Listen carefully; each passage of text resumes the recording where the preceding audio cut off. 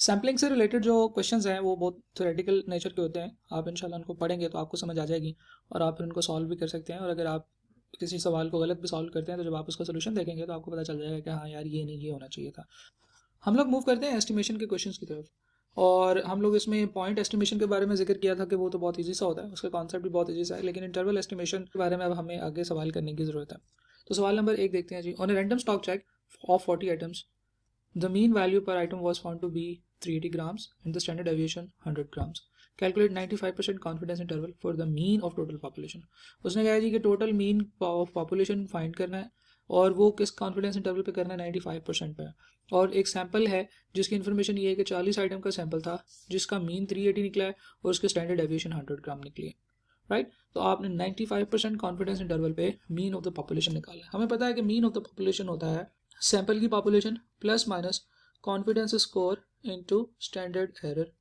Okay, standard error के बारे में सबसे पहले बात करते हैं। हमें उसने कहा था कि अगर पॉपुलेशन की स्टैंडर्ड डेविएशन होगी तो हमारा इसका फॉर्मूला जो होगा वो होगा population standard deviation divided by square root of N.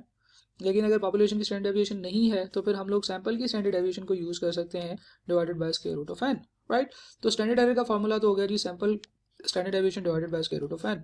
Confidence score की बात करते हैं और कॉन्फिडेंस स्कोर को कैलकुलेट करने का तरीका ये था कि एक्चुअली ये होता है Z score of confidence level divided by 2। अगर आपके पास प्रोबेबिलिटी हो कॉन्फिडेंस लेवल डिवाइडेड बाय 2 तो उसका जी स्कोर कैसे कैलकुलेट करते हैं आपको याद होगा। हाँ जी बिल्कुल सही है। हम लोग क्या करते हैं, कॉन्फिडेंस लेवल है जी 0.95, इसको डिवाइड किया 2 के साथ तो हमारे पास क्या बना जनाब, जी बिल्कुल ठीक है 0.475 बना। तो अब हमने टेबल में जाना है और 0.475 ढूंढना है और 0.475 का जी स्कोर कैलकुलेट करना है। राइट, तो ये जो जी स्कोर है 95% कॉन्फिडेंस लेवल के ऊपर ये होता है जनाब Z score of probability is equal to 0.4750। तो जब आप टेबल पे जाओगे और यहाँ पे जी स्कोर का टेबल आपके पास आ गया है, यहाँ पे आपने टेबल में ढूंढना है 0.4750 या उसके आसपास का। तो जब आप टेबल में देखोगे तो आपको पता चलेगा कि 0.4750 एग्जैक्ट मिल रहा है आपको। ये कहाँ पे मिल रहा है, 1.96 पे। तो जो हमारे पास जी स्कोर बनेगा जो हमने फार्मूला में पुट करना है दैट इज 1.96।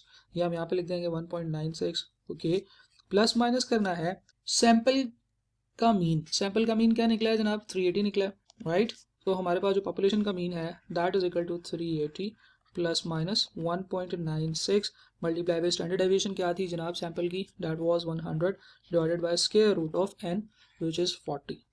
तो यहाँ से हम देखेंगे कि मीन है जी 380 plus minus 1.96 divided by 1.96 multiply by 100 divided by 40। तो क्या बनेगा जनाब, ये जनाब बन रहा होगा जी 30.99। तो मैं इसको 31 भी कह सकता हूँ। ओके 31। और इसका मतलब ये है कि जो सैंपल का मीन है वो है, सॉरी जो पॉपुलेशन का मीन है वो है 380 माइनस 31। 380 माइनस 31 कितना होता है जनाब, 349। 349 से लेकर 411 तक। राइट, 411 तक। तो ये है जनाब वो एस्टिमेशन, ये है वो इंटरवल जो हमने निकाल लिया है। तो अगर मैं इस आंसर को एक्सप्लेन करने की कोशिश करूं तो मैं सोल्यूशन में लिखूंगा। अब ये जो स्टेटमेंट है ये गौर से आपने देखनी है और समझनी है कि मैं कहूँगा कि based on sample of 40 items, right, हमने 40 आइटम्स का सैंपल लिया है, we are 95% confident that the mean of population will fall between 349 to 411। Right, तो हम लोगों ने कहा है कि जी 40 आइटम का हमने सैंपल लिया था, उस 40 आइटम के सैंपल की बेस पे वी आर 95% श्योर। क्यों, क्योंकि हमने कॉन्फिडेंस स्कोर लिया हुआ था 95%। और ये जो कॉन्फिडेंस स्कोर होता है मोस्टली केसेस में, बहुत सबसे ज़्यादा केसेस में 95% कॉन्फिडेंस लेवल ही लिया जाता है। तो 95% का आप याद भी कर लें कि 95% कॉन्फिडेंस लेवल का जो कॉन्फिडेंस स्कोर होता है 1.96 होता है। तो आपको हर दफ़ा कैलकुलेशन करने की जरूरत ही नहीं है। तो वी आर 95% कॉन्फिडेंस। इस बात पे हम लोग कॉन्फिडेंट हैं, हम इस बात पे कॉन्फिडेंट हैं कि वो जो पॉपुलेशन है जिसका मीन हमें नहीं पता, हम लोग उसके बारे में ये एस्टिमेशन लगा रहे हैं कि वो मीन 349 से लेकर 411 तक होगा, इसके दरमियान में होगा। वो 349 भी हो सकता है, वो 411 भी हो सकता है। जो पॉपुलेशन का मीन है वो अननोन है, हम उसको एस्टिमेट कर रहे हैं। वो 350 भी हो सकता है, वो 375 भी हो सकता है। लेकिन हम लोगों ने 95% कॉन्फिडेंस के साथ ये बात बता दी है कि based on the sample of 40 items, we are 95% confident that the population mean will fall between 349 to 411. So this is how estimation works. अब देखें कि ये बहुत बड़ा नंबर है, हमारा कॉन्फिडेंस स्कोर बहुत बड़ा है। अच्छा, कॉन्फिडेंस स्कोर को कम किया जा सकता है, देखें ना, कॉन्फिडेंस स्कोर को कैसे कम किया जा सकता है? अगर कॉन्फिडेंस लेवल गिरा दें, कॉन्फिडेंस लेवल गिरा देंगे तो ये इन्फॉर्मेशन हमारे लिए काम की नहीं रहेगी। तो इस चीज़ को बेहतर कैसे किया जा सकता है, कैसे हम अपने इस इंटरवल को छोटा कर सकते हैं? इस इंटरवल को छोटा करने की जो सारी की सारी गेम है वो इस आंसर के अंदर है छुपी हुई। यानी कि अगर ये आंसर मेरा छोटा आ जाए, ये आंसर मेरा छोटा आ जाए, तो फिर ये इंटरवल भी छोटा होगा। क्या ख्याल है? अच्छा, ये आंसर कहाँ से कैलकुलेट होता है? ये इन दोनों नंबर्स को आपस में मल्टीप्लाई करने से हासिल होता है, राइट? ओके, अब जरा गौर से देखिएगा, इन्फॉर्मेशन यूजफुल भी रखनी है, इसलिए हम इस 1.96 को नहीं छेड़ेंगे, हम कॉन्फिडेंस लेवल को कम नहीं करेंगे, क्योंकि कॉन्फिडेंस लेवल कम करने से हमारा कॉन्फिडेंस स्कोर कम हो जाएगा, लेकिन ये हम नहीं चाहते। हमें यहाँ पे कुछ पंगा करना पड़ेगा। स्टैंडर्ड डेविएशन ऑफ पॉपुलेशन हम लोग यहाँ पे यूज़ करते हैं, या उसकी जगह पे सैंपल की भी स्टैंडर्ड डेविएशन यूज़ करते हैं, तो उसका कोई इफेक्ट नहीं होता। तो जनाब, अगर मैं इस एक बचे हुए नंबर के ऊपर गौर करूं तो इस नंबर को चेंज किया जा सकता है, यानी कि मैं सैंपल बढ़ा दूं। तो जैसे जैसे मैं सैंपल बढ़ाता चला जाऊंगा, सैंपल 40 की बजाय 400 आइटम्स का कर दूंगा, तो ये जो स्क्वायर रूट का फैक्टर है, ये स्क्वायर रूट 40 नहीं, स्क्वायर रूट 400 हो जाएगा। ये नंबर बड़ा हो जाएगा, और जब डिनोमिनेटर में नंबर बड़ा होता है, 100 डिवाइडेड बाय डिनोमिनेटर, ये आंसर छोटा आएगा, ये आंसर मजीद छोटा आ जाएगा, जिससे मेरा जो इंटरवल है वो छोटा हो जाएगा। अच्छा, ये कुछ डिफिकल्ट बात नहीं मैं कर रहा।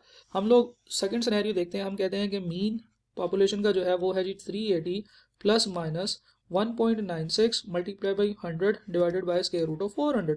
फर्ज करें मैं सैंपल साइज बढ़ा के बहुत ज़्यादा कर देता हूँ, तो मेरे पास ये वाला जो अंदर वाला फैक्टर है, जो 380 में प्लस या माइनस हो रहा है, ये कितना हो जाएगा जनाब? ये हो जाएगा 9.8, राइट? चलें, इस 9.8 को मैं कहता हूँ कि इसको राउंड अप करके 10 कर लेते हैं। तो 380 प्लस माइनस 10, इसका मतलब ये है कि हम 370 से लेकर 390 तक के रेंज की बात करें। आप देखें, ना तो आपने कॉन्फिडेंस लेवल चेंज किया, ना ही आपके सैंपल का मीन चेंज हुआ, ना ही आपकी सैंपल की स्टैंडर्ड डेविएशन चेंज हुई। सिर्फ और सिर्फ सैंपल की number of sample size increase करने से आपका आंसर मजीद एक्यूरेट हो गया, राइट?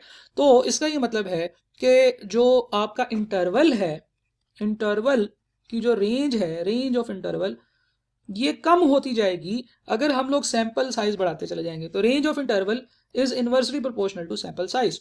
तो जैसे जैसे नंबर ऑफ आइटम्स हम लोग बढ़ाते जाएंगे, सैंपल बड़ा करते जाएंगे, हमारी इंटरवल रेंज छोटी होती जाएगी। फॉर एग्जांपल, हमने 40 का सैंपल लिया था तो हमारी रेंज बहुत बड़ी आई थी, 349 से 411 तक, यानी कि इन दोनों के दरम्यान में कोई 62 का डिफरेंस था। अपर रेंज और लोअर रेंज में 62 ग्राम्स का डिस्टेंस था, जो कि एक अच्छी बात नहीं है। फिर हम लोगों ने क्या किया, हमने अपना सैंपल बढ़ाया। तो जब हमारा सैंपल बड़ा हुआ तो हमारी रेंज के दरम्यान में सिर्फ 10 का डिस्टेंस रह गया, सॉरी 20 का डिस्टेंस रह गया, डिस्टेंस कम हो गया, राइट? तो यहाँ से बताना ये मकसूद है कि अगर आप हर चीज़ सेम रखते हुए अपने एस्टिमेशन को छोटा करना चाहते हैं, अपनी रेंज को छोटा करना चाहते हैं, तो आपको ये चाहिए कि आप सैंपल साइज बड़ा कर लें।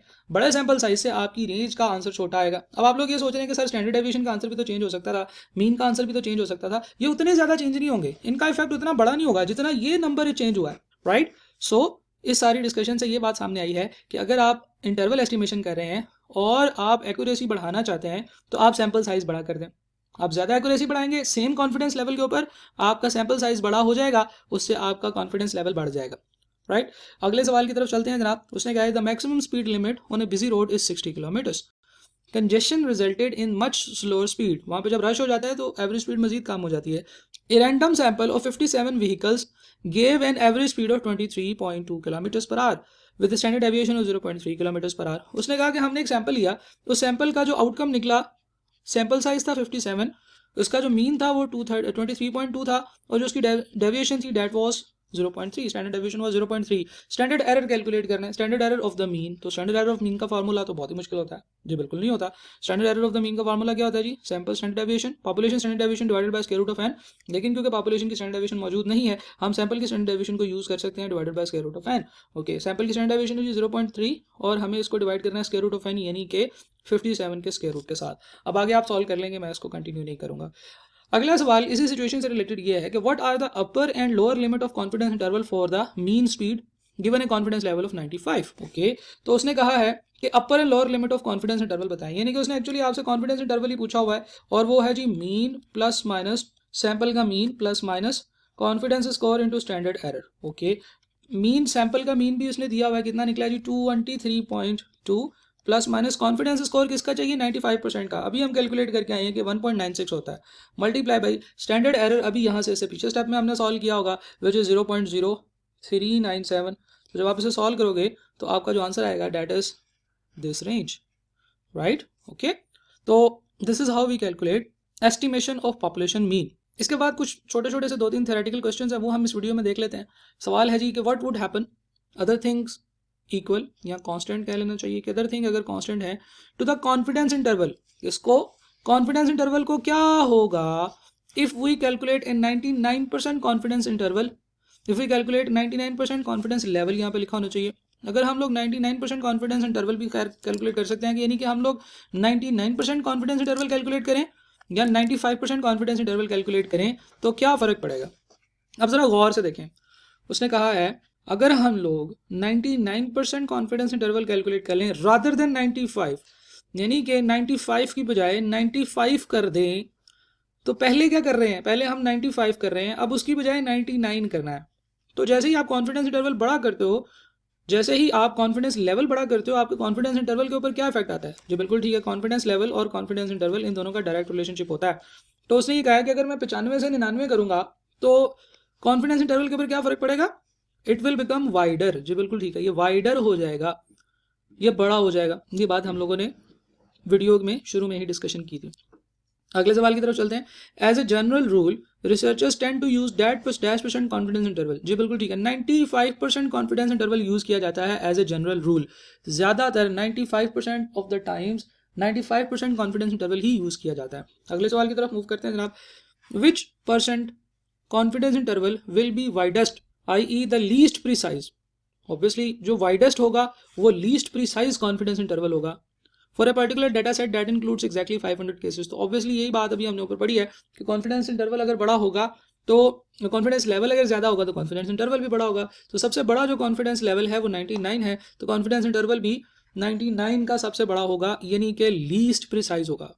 इसी तरह से एक और सवाल देखते हैं। As sample size goes up what tends to happen to 95% confidence interval. ये बात भी अभी हम लोग कर रहे हैं कि जैसे ही सैम्पल साइज बड़ा होगा आपका जो कॉन्फिडेंस इंटरवल है वो क्या हो जाएगा, they become more precise and they become more narrow. At the same time they become precise and become narrow. इसका मतलब ये है कि करेक्ट आंसर ऑप्शन ए है और बी है, राइट। तो यहाँ पे हम लोग इस वीडियो को खत्म करते हैं, अगली वीडियो में बाकी क्वेश्चंस देखें।